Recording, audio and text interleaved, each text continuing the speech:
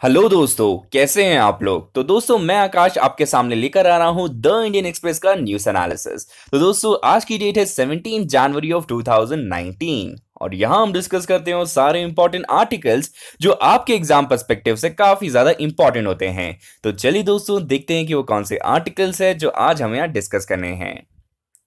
Editorial page पे left side पे पहला आर्टिकल जो है वो एसर रिपोर्ट से आया है। एसर रिपोर्ट दोस्तों बताता है कि हमारी कंट्री में जो लर्निंग आउटकम है वो कैसा चल रहा है। यहाँ पे जो वॉलंटियर्स है ये घर घर जाके यहाँ पे कुछ सवाल पूछते हैं, बच्चों से पता लगाते हैं कि यहाँ पे स्कूल्स में कैसी यहाँ पे फाउंडेशन जो स्किल्स है उसे कैसे डेवलप की जा रही है। उसी के साथ साथ ये जो रिपोर्ट है एसर रिपोर्ट, इसका जो डेटा है ये आप बहुत सारी जगहों पर यूज भी कर सकते हैं और ये रिपोर्ट एक्चुअली प्रिपेयर की जाती है एक एनजीओ के द्वारा जिसका नाम है प्रथम एनजीओ। उसी के साथ साथ जो नेक्स्ट आर्टिकल है दोस्तों नीचे वाला वो कर्नाटका की पॉलिटिक्स से रिलेटेड है, जो आपके एग्जाम पर्सपेक्टिव से बिल्कुल भी इंपॉर्टेंट नहीं है तो नहीं डिस्कस करेंगे। लेकिन सेंटर पे काफी इंपॉर्टेंट आर्टिकल आया है सेडिशन के बारे में। तो यहां पे हम समझेंगे कि जो सुप्रीम कोर्ट है इसने बार बार यहां पे वर्डिक्ट देके हमको बताया है कि what amounts for sedition and what does not amount for sedition. तो उसके बारे में हम यहां पे समझेंगे कि कैसे ये सेडिशन के जो चार्जेस लगाए जाते हैं उस पे हम लोग की जो आइडिया है तो उसको यहाँ पे काफी ज्यादा यहाँ पे कॉन्क्रीट बनाएगा। उसके ठीक नीचे वाला आर्टिकल यहाँ पे लॉ एंड जस्टिस के बारे में आया है। तो जैसे कि आप जानते हैं हमारी कंट्री में बहुत सारे रियॉट्स हुए हैं। जैसे कि एग्जांपल लीजिए 1984 के एंटी सिख रियॉट्स, 1987 के यहाँ पे हसीमपुरा मसाकर, 1993 के बॉम्बे रियॉट्स, इवन 2002 के गुजरात रियॉट्स या फिर 2013 के मुजफ्फरनगर रियॉट्स। तो इतने सारे रियॉट्स हुए हैं और जो इनके मास्टरमाइंड्स होते हैं उनको अभी भी पकड़ा नहीं गया है। कुछ लोगों को सजा दी गई है, ऑब्वियस सी बात है। हशीमपुरा मसाकर और यहाँ पे सज्जन कुमार जो कि 1984 रियॉट्स में इन्वॉल्व थे तो उनको तो जरूर दी गई है, लेकिन अभी भी बहुत सारों में यहाँ पे अभी भी जस्टिस देना बाकी है। तो यहाँ पे दो एग्जाम्पल साइड किए जा रहे हैं इस एग्जाम्पल में, तो आपको कुछ ज्यादा इंसाइट्स मिल जाएंगे लॉ और जस्टिस के बारे में। उसके बाद दोस्तों अगर नेक्स्ट पेज पे जाएंगे यहाँ पे एक इंपॉर्टेंट आर्टिकल है अग्रेरियन डिस्ट्रेस के बारे में। तो यहाँ पे बेसिकली हम तीन मुद्दों के बारे में बात करेंगे। पहला है दोस्तों लोन वेवर, दूसरा है एमएसपी और तीसरा है दोस्तों डायरेक्ट बेनिफिट ट्रांसफर। उसी के साथ साथ हम यहाँ पे बैकड्रॉप पे समझेंगे कि हर फार्मर की सिचुएशन एक जैसी नहीं होती है। तो यहाँ पे वन सोल्यूशन फिट ऑल वाली हम लोग स्ट्रैटेजी जो यूज कर रहे हैं वो एक्चुअली वर्कआउट नहीं करने वाली है, क्योंकि यहाँ पे कुछ लोग यहाँ पे रिच फार्मर्स है, कुछ मार्जिनल है और उसी के साथ साथ कुछ ऐसे फार्मर्स भी है जिनके पास यहाँ पे लैंड नहीं होनी है। तो उन सब के साथ कैसे हम यहाँ पे सोल्यूशन प्रोवाइड कर सकते हैं उन सब चीजों के बारे में यहाँ पे डिस्कस करने वाले हैं। उसके बाद जो नेक्स्ट आर्टिकल है दोस्तों ये डिसरप्शन इन पार्लियामेंट के बारे में। जैसे कि आप जानते हैं रिसेंट विंटर सेशन में बहुत ज्यादा डिसरप्शन देखने को मिला था। अब डिसरप्शन दोस्तों एज ए पार्लियामेंट्री स्ट्रैटेजी की तरह यूज कर रही है ऑपोजिशन पार्टी। उसी के साथ साथ प्रॉब्लम ये होती है कि जो नंबर ऑफ बिल्स पास होती है वो काफी ज्यादा रिड्यूस हो जाती है। उसी के साथ साथ राइट अमाउंट ऑफ टाइम नहीं दे पाते ताकि डिस्कस कर सके बिल पे। तो उन सब चीजों को सॉल्व करने के लिए यहाँ पे बहुत सारे रूल्स में चेंज किया गया था, जिसके अंतर्गत अगर आप पे जानबूझ के डिसरप्शन करते हैं तो आपकी उस दिन की सैलरी चली जाएगी और उसी के साथ साथ आपको लोकसभा या राज्यसभा से बाहर कर दिया जाएगा उस पर्टिकुलर दिन के लिए। उसके बाद दोस्तों नीचे वाला जो आर्टिकल है यह बेसिकली क्रिकेट के बारे में आया है कि यहाँ पे जो न्यूज मीडिया आउटलेट्स है ये यूजुअली प्रोमिनेंस देते हैं क्रिकेट की न्यूज को कंपेयर टू अदर न्यूज, जैसे कि बॉक्सिंग ले लीजिए, रेसलिंग लीजिए। तो वही सारी चीजों को यहाँ पे डिस्कस किया जा रहा है। तो दोस्तों आज से हर वीडियो पे हम लोग एक ज्योग्राफिकल लोकेशन को यहाँ पे डिस्कस करेंगे। तो आज का है दोस्तों मंगोलिया। तो मंगोलिया की आप लोकेशन देख सकते हैं, this is basically sandwich between Russia and China. यहाँ पे लोकेशन देखिए। उसी के साथ साथ दोस्तों यहाँ पे जो मंगोलिया उसकी कैपिटल उलन बतूर है और अगर इसकी करेंसी के बारे में बात करेंगे तो इसकी करेंसी है तुगरिक। उसी के साथ साथ यहाँ पे आप देखेंगे इंपॉर्टेंट डेजर्ट है जिसका नाम है गोबी डेजर्ट, जो आपको यहाँ पे थोड़ा मंगोलिया में नजर आएगा और थोड़ा चाइना में भी नजर आएगा। उसी के साथ साथ अगर बात करेंगे कौन से बॉर्डरिंग कंट्रीज है तो ऊपर तो आपको रशिया नजर आ ही रहा होगा, उसी के साथ साथ चाइना नजर आ रहा है, लेकिन आपका कंफ्यूजन दूर कर देता हूं कि यहाँ पे जो कजाकिस्तान है उसको ये टच नहीं करता, यहाँ पे पूरा गैप है। अब बात करेंगे दोस्तों नेक्स्ट क्वेश्चन की। यहाँ पे बोला जा रहा है कि मैसेडोनिया ने रीनेम किया है अपने नाम को, क्योंकि उनका यहाँ पे एक जो म्यूचुअल एग्रीमेंट था ग्रीस के साथ, इसी वजह से उन्होंने अपने नाम को चेंज किया। तो आपके पास चार ऑप्शन है, बताइए कौन सा राइट आंसर है। तो बेसिकली इसका जो आंसर है ये है number 1, that is Republic of North Macedonia. क्योंकि जो मैसेडोनिया है ये एक्चुअली ग्रीस का अर्लियर नाम भी था और यहाँ पे अलेक्जेंडर की जो पूरी हिस्ट्री है वो भी रिलेट करती थी। तो इसी वजह से यहाँ पे डिसएग्रीमेंट आ गया था, इसलिए बोला गया था मैसेडोनिया को कि अपना नाम चेंज कीजिए। तो उन्होंने अपना यहाँ पे प्रपोज किया था रिपब्लिक ऑफ नॉर्थ मैसेडोनिया। अब बात करते हैं दोस्तों यहाँ पे आर्टिकल की। ये जो एसर रिपोर्ट है दोस्तों जिसे कहते हैं annual status of education report, तो ये बहुत सारे इंपॉर्टेंट क्वेश्चन पूछता है कि अगर यहाँ पे लर्निंग आउटकम कम है तो ऑब्वियस ही बात है कि अनएम्प्लॉयमेंट जो है बढ़ती ही जाएगी। और जो रिपोर्ट है दोस्तों, ये जो एनजीओ निकालता है प्रथम, तो ये बेसिकली हर साल आती है। तो पिछले साल से हमने काफी ज्यादा इंप्रूव किया है, लेकिन अभी भी जो सिचुएशन है वो इतनी अच्छी नहीं है। तो यहाँ पे बोला जा रहा है कि ऑलमोस्ट 50% जो क्लास 5 के स्टूडेंट है वो एक्चुअली रीड नहीं कर पा रहे टेक्स्ट ऑफ क्लास सेकेंड। और यहाँ पे बोला जाता है कि जो स्टूडेंट्स है यहाँ पे, तो वो फेस करते हैं बहुत सारे problems when it comes to solving any of the arithmetic problems. तो वो जो स्किल्स है उसे अभी भी डेवलप करने की जरूरत है। और ये जो प्रॉब्लम है दोस्तों, कभी कभी ऐसा भी होता है कि यहाँ पे टीचर्स ज्यादा अवेलेबल नहीं होते हैं, या फिर जो इंफ्रास्ट्रक्चर है वो डेवलप नहीं हुआ होता है। उसके बाद दोस्तों बोला जा रहा है कि जो 56% जो स्टूडेंट्स है वो क्लास 8 के वो एक्चुअली सॉल्व नहीं कर पा रहे हैं डिवीजन के प्रॉब्लम, जहां पे आप 3 डिजिट को सॉल्व कर रहे हैं 1 डिजिट के साथ। तो वो सारी प्रॉब्लम्स भी यहाँ पे बताई जा रही है। अब यहाँ पे जो वॉलंटियर्स होते हैं वो घर जा जाके यहाँ पे पूछते हैं, उसी के साथ साथ स्कूल्स को भी यहाँ पे मॉनिटर करते हैं। अब यहाँ पे आपको पता चलेगा कि पिछले साल से हमने काफी ज्यादा इंप्रूव किया है। स्टैटिस्टिक्स में आपको स्लाइड में दिखाऊंगा। उसी के साथ साथ यहाँ पे बोला जा रहा है कि जो गवर्नमेंट स्कूल्स है यहाँ पे देखा गया है कि काफी ज्यादा उन्होंने इंप्रूव किया अपनी परफॉर्मेंस को। ये काफी अच्छी बात है। उसी के साथ साथ जो यूपी है, छत्तीसगढ़ है, उसने काफी ज्यादा इंप्रूव किया है and they are not lagging behind any of the other state. जैसे कि कर्नाटक और केरला के साथ ही उन्होंने काफी ज्यादा अच्छा बैलेंस बना के रखा है। क्योंकि हम देखेंगे साउथ इंडिया की जितनी स्टेट्स है उसमें लिटरेसी रेट काफी ज्यादा इंप्रूव है, हेल्थ और एजुकेशन में काफी ज्यादा उन्होंने इन्वेस्ट किया है। उसके बावजूद यहाँ पे यूपी और छत्तीसगढ़ जहाँ पे इतना इन्वेस्टमेंट नहीं किया गया है, उन्होंने भी काफी अच्छा परफॉर्म किया है इस पर्टिकुलर रिपोर्ट में। अगली बात करेंगे दोस्तों, ये रिपोर्ट में हम लोग फाउंडेशनल स्किल्स के बारे में बात करते हैं कि जैसे अर्थमेटिक प्रॉब्लम को सॉल्व करना या फिर जो टेक्स्ट को रीड करना। तो ये काफी फाउंडेशनल है कि आपकी लाइफ में काफी ज्यादा इंपॉर्टेंट भी है। तो इन सारी चीजों को टेस्ट किया जाता है इस पर्टिकुलर रिपोर्ट में। तो ये जो रिपोर्ट है दोस्तों, आप कहीं भी साइट कर सकते हैं अपने एसेज में, या फिर बताइए अगर लेक्चरेट है तो उस सब चीजों में आप इस सारे डेटा को इस्तेमाल कर सकते हैं। उसके साथ साथ मैं डेटा की बात कर रहा था, आप भी देखेंगे 2008 से लेके हम यहाँ पे 2018 तक जब डेटा देखते हैं तो करीबन हमने काफी ज्यादा इंप्रूव किया when it comes to the जो यहाँ पे फाउंडेशन स्किल्स की बात कर रहे हैं। लेकिन at the end of the day आपको समझना होगा कि जो एजुकेशन है वो एक बिजनेस नहीं है कि यहाँ पे एक दिन आपको प्रॉफिट हो रहा है या लॉस हो रहा है। क्योंकि यहाँ पे कोशिश ये करनी है कि हमारे जो यहाँ पे बच्चे हैं तो उनकी जो लर्निंग आउटकम है उसे कैसे इंप्रूव किया जा सकता है। उसी के साथ साथ दोस्तों अगर आप बात करेंगे कि ये जो फाउंडेशन स्किल अगर यहाँ पे डेवलप नहीं हो पाती है तो धीरे धीरे क्या होता है, जो यहाँ पे हमारे जो रूरल विलेजेस से जो बच्चे आते हैं तो उनके टेक्निकल स्किल्स भी डेवलप नहीं हो पाते हैं। तो उनको बेसिकली फार्मिंग ही करनी पड़ेगी। और हम जानते हैं फार्मिंग इस वक्त एक प्रॉफिटेबल बिजनेस नहीं है, और यहाँ पे जो नए जॉब मार्केट आ रहे हैं तो वो उनको एब्जॉर्ब भी नहीं कर पाएंगे। तो ये जो फाउंडेशन स्किल है वो काफी ज्यादा इंपॉर्टेंट रहने वाले हैं। उसके बाद दोस्तों इस रिपोर्ट में बताया जा रहा है इंटरनेट यूसेज के बारे में भी। जैसे कि आप जानते हैं गवर्नमेंट स्कूल्स में यहाँ पे अभी भी बहुत सारे जगहों पे कंप्यूटर्स अवेलेबल नहीं है, इंटरनेट कनेक्शन नहीं है। तो इनका जो कवरेज है कि इंटरनेट को एक्सेस करना, इन्फॉर्मेशन लेना, वो अभी भी इतना अवेलेबल नहीं है। वो सारी चीजें यहाँ पे इस पर्टिकुलर रिपोर्ट में बताई जा रही है। अब दोस्तों बात करेंगे एक इंपॉर्टेंट टॉपिक की, जो है सेडिशन। तो सेडिशन के जो चार्जेस लगते हैं दोस्तों आईपीसी सेक्शन के अंतर्गत लगते हैं। और इवन महात्मा गांधी जी ने बोला था कि जो सेडिशन के जो चार्जेस है जो आईपीसी में आपको मिलते हैं वो एक्चुअली प्रिंस ऑफ आईपीसी की तरह माने जाते हैं। अब इस सेक्शन के अंतर्गत दोस्तों 124A का इस्तेमाल किया जाता है। लेकिन आपको पता होना चाहिए दोस्तों कि ड्यूरिंग द ब्रिटिश पीरियड, जब हम यहाँ पे ब्रिटिश के अंदर थे, तो बहुत सारे फेमस लीडर्स को यहाँ पे जो सेडिशन चार्जेस के अंदर यहाँ पे जेल में डाल दिया गया था। आप एग्जाम्पल साइड कर सकते हैं बाल गंगाधर तिलक की, महात्मा गांधी जी का, नेहरू जी का, और यहाँ पे केएम मुंशी जी का। तो इन ये जब भी डिसेंट करते थे गवर्नमेंट के खिलाफ तो इनको यहाँ पे सेडिशन के चार्जेस के अंतर्गत जेल में डाल देते थे। तो इनको पता था कि कैसे गवर्नमेंट सेडिशन चार्जेस को ऐसे मिसयूज कर सकता है। तो इन्होंने एक्चुअली आर्टिकल 19(2) से हटा दिया था सेडिशन चार्जेस, जो कि एक लिमिटेशन डालता था फ्रीडम ऑफ स्पीच और एक्सप्रेशन को। तो हमारे संविधान में सेडिशन नाम की कोई चीज है नहीं, लेकिन हमारे आईपीसी में वो रह गया है। उसी का इस्तेमाल गवर्नमेंट बार बार करता है। अब बात करते हैं दोस्तों कुछ इंपॉर्टेंट यहाँ पे केसेस की। उससे पहले आपको सेडिशन के बारे में पता होना चाहिए कि अगर आप कुछ भी ऐसा बोलते हैं जो बेसिकली डिसअफेक्शन क्रिएट करता है गवर्नमेंट के खिलाफ, तो उसे सेडिशन माना जाता है। ये ऐसा आईपीसी में लिखा गया है। तो बेसिकली ये रिस्ट्रिक्ट करता है हमारी फ्रीडम ऑफ स्पीच को, कि मतलब आप कुछ भी नहीं बोल सकते हैं जो बेसिकली गवर्नमेंट को यहाँ पे हर्ट करता है। उसी वजह से दोस्तों यहाँ पे एक केस आया था, 1962 का केस है। ये केस है दोस्तों Kedarnath versus state of Bihar में। अब यहाँ पे बोला गया था कि अगर आप सेडिशन चार्जेस में किसी को भी अगर जेल में डालना चाहते हैं तो आपको समझना होगा कि उसका एक इंग्रेडिएंट होना चाहिए कि वो एक वॉयलेंस क्रिएट करना चाहिए। अगर वो इंसाइट नहीं कर रहा वॉयलेंस को, वो एक बेसिकली सिर्फ स्लोगन है, तो उससे फर्क नहीं पड़ता है। तो कहीं ना कहीं आप अपने आप से सवाल पूछिए, हमारी जो कंट्री है वो इतनी स्ट्रॉन्ग ऐसी फाउंडेशन पे बना हुआ है कि सच में आपको लगता है कि यहाँ पे कोई भी ऐसा रफ ऐसा स्लोगन बोल देगा और यहाँ पे हमारी जो एक नागरिकता है, जो हमारी नेशनलिज्म है, कि वो इतनी आसानी से टूट सकता है? क्योंकि हमारी कंट्री जिसकी हिस्ट्री इतनी रिच है, तो उसको एक पर्टिकुलर एक छोटा सा स्लोगन कैसे डिट्रॉइट कर सकता है, आप ही पूछिए। उसके बाद दोस्तों यहाँ पे बोला जा रहा है, इवन जो Balwant Singh versus state of Punjab है, उसमें बोला जा रहा था, यहाँ पे बहुत सारे स्लोगन बोले गए थे खालिस्तान के लिए, लेकिन उसके बाद दोस्तों इतना आपको रिस्पॉन्स नहीं मिला था, तो बोला जा रहा था कि उसको सेडिशन के चार्जेस के अंतर्गत नहीं लाया जाएगा।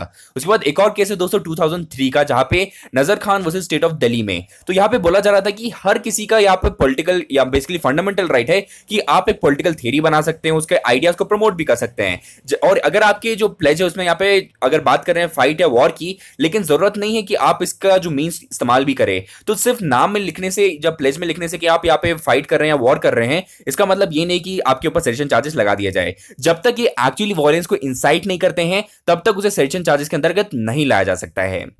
उसके बाद दोस्तों आप यहाँ पे आईपीसी सेक्शन का जो 124A है, उसके बारे में और पढ़ सकते हैं। ये बेसिकली जो पनिशमेंट होती है, इसमें बेसिकली फाइन लगाया जाता है और 3 साल की जेल भी हो सकती है। उसके बाद दोस्तों ये कॉग्निजेबल ऑफेंस है और इसे नॉन बेलेबल बनाया गया है। अब दोस्तों आपको यहाँ पे पता होना चाहिए कि जो कॉग्निजेबल ऑफेंस होता है कि मतलब यहाँ पे जो पुलिस है उसको यहाँ पे वारंट की जरूरत नहीं होती, आपको सीधा पकड़ लिया जा सकता है और इन्वेस्टिगेशन शुरू कर दी जाती है।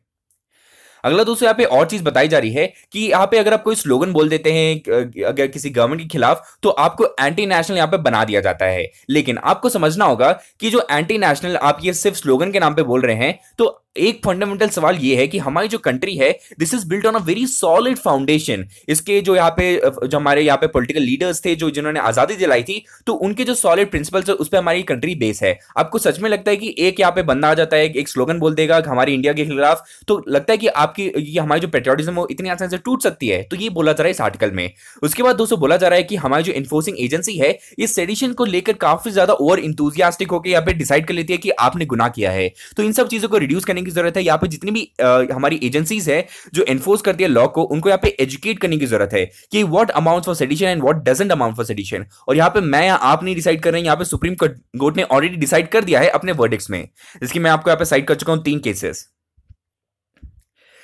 अगला क्वेश्चन दोस्तों आपके लिए यह है कि मद्रास हाई कोर्ट ने यहाँ पे एक एक्सपर्ट कमेटी बनाई थी ताकि यहाँ पे जो इन्वेसिव स्पीशीज जो है हमारी प्लांट्स की, कौन से फॉरेस्ट में यहाँ पे मिल रही हैं। एक आपके पास वेस्टर्न घाट्स, एक है ईस्टर्न घाट्स, शैदरी रेंज और अरावली रेंज। तो ये जो इन्वेसिव स्पीशी है दोस्तों, ये आपको वेस्टर्न घाट्स में मिलेंगी। तो इन पे यहाँ पे स्टडी करने के लिए बताया गया था मद्रास हाई कोर्ट के द्वारा।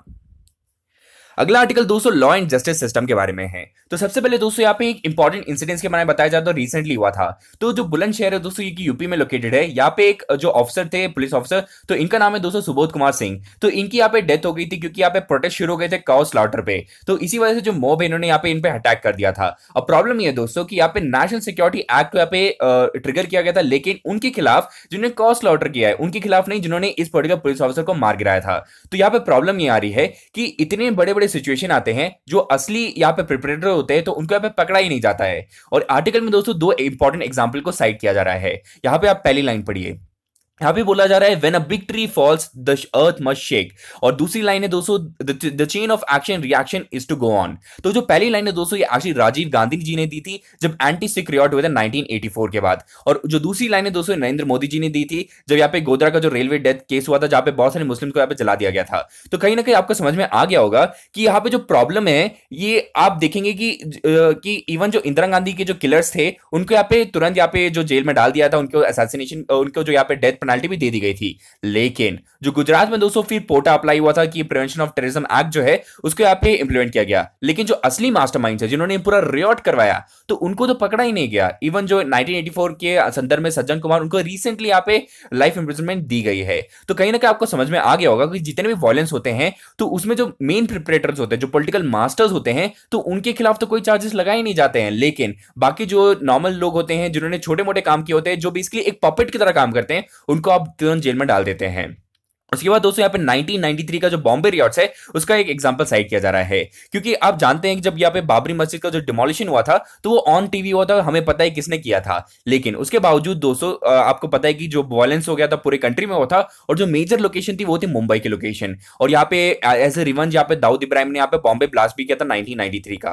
अब आपको समझ में आ गया होगा कि इतने सारे प्रिपरेटर, हमको नाम भी पता है कौन है, लेकिन हमने अभी तक कोई एक्शन नहीं लिया है। आपको समझ में आ गया होगा कि रीजन क्या हो सकते हैं। पहला रीजन ये होता है दोस्तों कि जब ऐसा केस जब जुडिशरी के पास जाता है तो इतने सारे विटनेस नहीं आ पाते हैं, विटनेस डरे हुए रहते हैं, इसी वजह से बहुत सारे प्रॉब्लम भी होते हैं। इवन हशीमपुरा मसाकर में दोस्तों जो 1987 में हुआ था उसको ऑलमोस्ट 20 साल बाद हम लोग यहाँ पे जस्टिस दे रहे हैं। क्यों दे रहे हैं? क्योंकि बहुत सारे एनजीओज प्रेस ने यहाँ पे सामने आए, उन्होंने विटनेस को यहाँ पे ढूंढा और उनको फिर जुडिशरी के सामने लेकर आए। तो इतनी प्रॉब्लम्स होती है, इसी वजह से क्या होता है कि जो जस्टिस है वो डिले हो जाती है।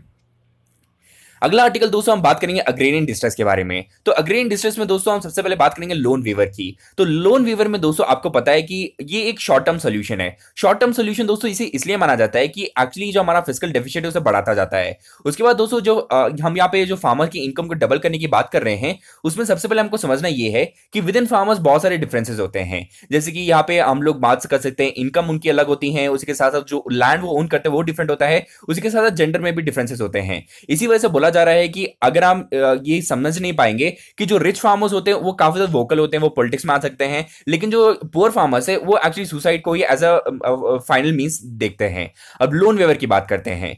जैसे कि आप जानते हैं कि अगर हम यहाँ पे तुरंत लोन वेवर देते ही रहेंगे तो कहीं ना कहीं हम डिसेंटिवाइज कर रहे हैं उन लोगों को जो एक्चुअली लोन पे बैक करते हैं। उसके बाद दोस्तों बात कर रहे हैं हमारे जो स्टेट के जो फाइनेंस उसे डिप्लीट भी करते हैं। तो यहाँ पे बोला यह जा रहा है ऑलमोस्ट सिर्फ 30% लोग ऐसे हैं जो एक्चुअली बैंक से जाके लोन लेते हैं। बाकी जितने भी फार्मर्स है वो एक्चुअली प्राइवेट मनी लेंडर के पास जाते हैं। और आप अभी भी जानते हैं कि जो एग्रीकल्चर वो एक प्रॉफिटेबल बिजनेस नहीं है, क्योंकि काफी ज्यादा हम डिपेंड करते हैं मॉनसून के ऊपर भी। उसी के साथ साथ अगली बात करेंगे हम एमएसपी के बारे में। तो यहाँ पे जो डेटा है दोस्तों आईएम अहमदाबाद ने यहाँ पे रिलीज किया था, उसमें बोला था कि जो मार्जिनल फार्मर्स है उनका जो कंट्रीब्यूशन है when it comes to generating surplus वो अभी भी सिर्फ 5% है। तो बेसिकली अगर आप यहाँ पे एमएसपी अगर बढ़ा भी देते हैं, प्रोक्योरमेंट पॉलिसी को इंप्रूव कर देते हैं तो भी यहाँ पे इंप्रूवमेंट आप नहीं देख पाएंगे, क्योंकि यहाँ पे फंडामेंटल जो चीज है वो है सबसे पहले इरिगेशन की फैसिलिटी को इंप्रूव कीजिए। अगर आपने इरिगेशन की फैसिलिटी इंप्रूव की है तो वाटर स्टोरेज कैसे कर सकते हैं, कंजर्वेशन के लिए क्या कर सकते हैं, वो सारी इंपॉर्टेंट फैक्टर्स रहेंगे। अगर आपने दो इंपॉर्टेंट चीजें कर दी है उसके बाद हम बात करेंगे स्टोरेज फैसिलिटी की, क्योंकि जो कोल्ड स्टोरेज प्रोवाइड करनी है तो कैसे गवर्नमेंट प्रोवाइड कर सकता है। तो अगर हमने इन चीजों पे काम कर दिया है तो ऑब्वियस ही बात है जो हमारा आउटपुट है वो ऑब्वियसली बढ़ेगा। उसके बाद दोस्तों हम बात करेंगे डायरेक्ट ट्रांसफर के बारे में। तो इवन तेलंगाना में एक नई स्कीम आई थी राइतु बंधु की स्कीम, जिसके अंतर्गत यहाँ पे 9,900 रुपीज दिए जाते हैं पर हेक्टर पर सीजन। उसी की जैसा एक नया स्कीम यहाँ पे ओडिशा में भी अप्लाई किया गया था, लेकिन यहाँ पे हम देखेंगे कि जो वुमेन्स के राइट्स उनको यहाँ पे इग्नोर किया जा रहा है, क्योंकि यहाँ पे जो वुमेन है काफी इंपॉर्टेंट रोल प्ले करती है किसी भी फैमिली में।